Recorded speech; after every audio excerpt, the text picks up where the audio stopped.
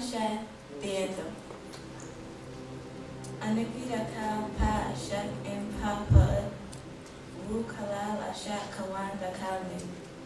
Aniki kasam afaf papa, wu papa kawan kasam afaf ni. Aniki wahu emma papa, wu papa kawan wahu emma ni. Nuk kador najim emma kasam in papa, wu kabab emma shakasan. Nuk kawan kala fafaf nuk ragub dakul papa. Talama bagabni kawan bakul dakul papa. Aniki abuti nafusni. Papa kawan aniki. Papa kador nuk kador.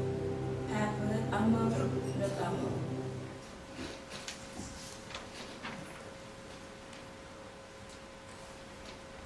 Bahubayasa, I am glad everyone was able to come today.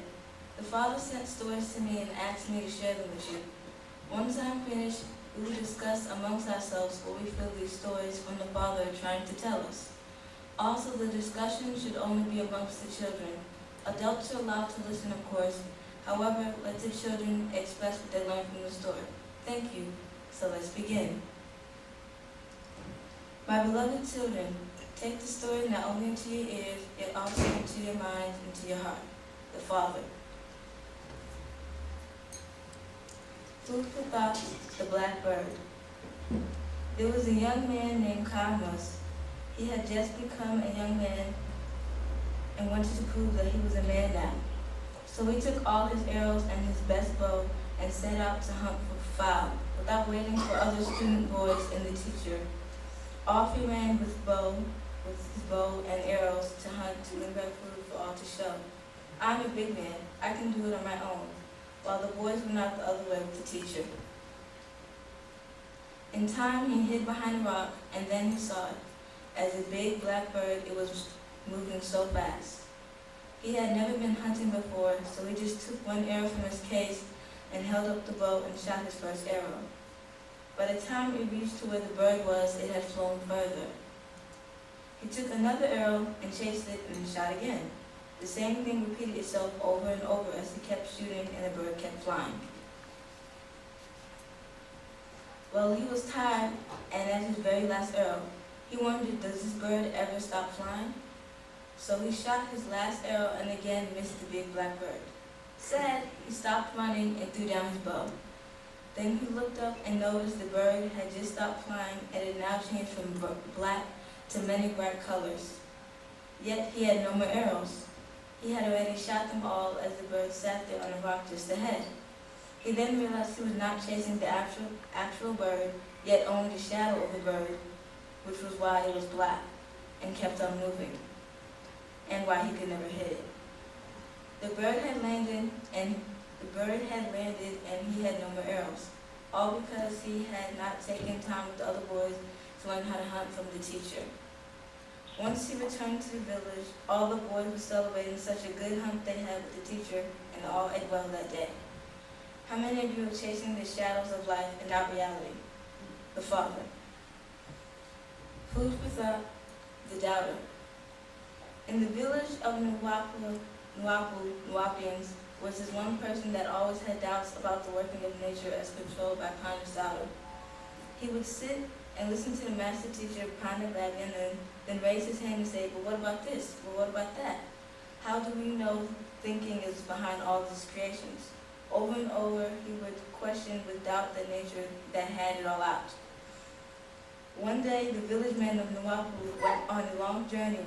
On the way, it began to become late in the day, so the master teacher said, let us all rest until morning.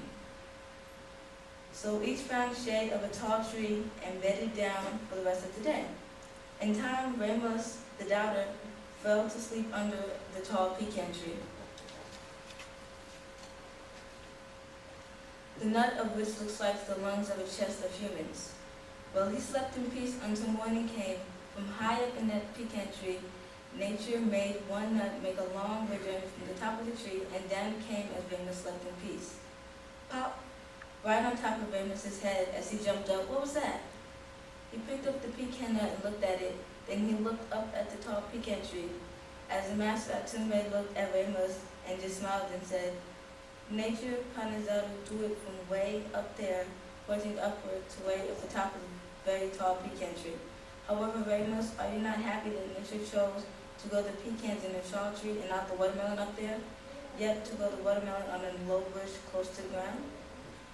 Food for thought, the Warner. Long ago in ancient Kaman, Egypt village, lived many Nwapians. They lived on one side of the great river and all seemed well for them. As time passed and the shift took place, Pamanzar, the warner among them, Atume, gathered his people to speak. He said that times have changed for us on the side of the great river, yet I had a vision that we should cross over to the other side. Who will come follow me? Well, some said straight away, we are with you, Master Teacher. You have not steered us wrong yet. While others whispered amongst each other, I don't think I will stay on the side. I feel safe, so some decided to stay. Some others talked amongst each other, saying, well, as for me and my family, we will wait and watch and see if all goes well, then we will go with him. If it looks good, then we will cross over to the other side. And even others said, well, as for us, in a whisper, let us go with him over, and if we don't like what we get or have to see, we'll cross back over to the other side. Well, the day came as those with Atume crossed over the bridge with him. As soon as the last person crossed over, Atume ordered the bridge to be burnt. Well, as it turned out in time, as well as for those who crossed over the bridge, yet those who did not suffered and many died. For there was no more chances to cross over to the hereafter.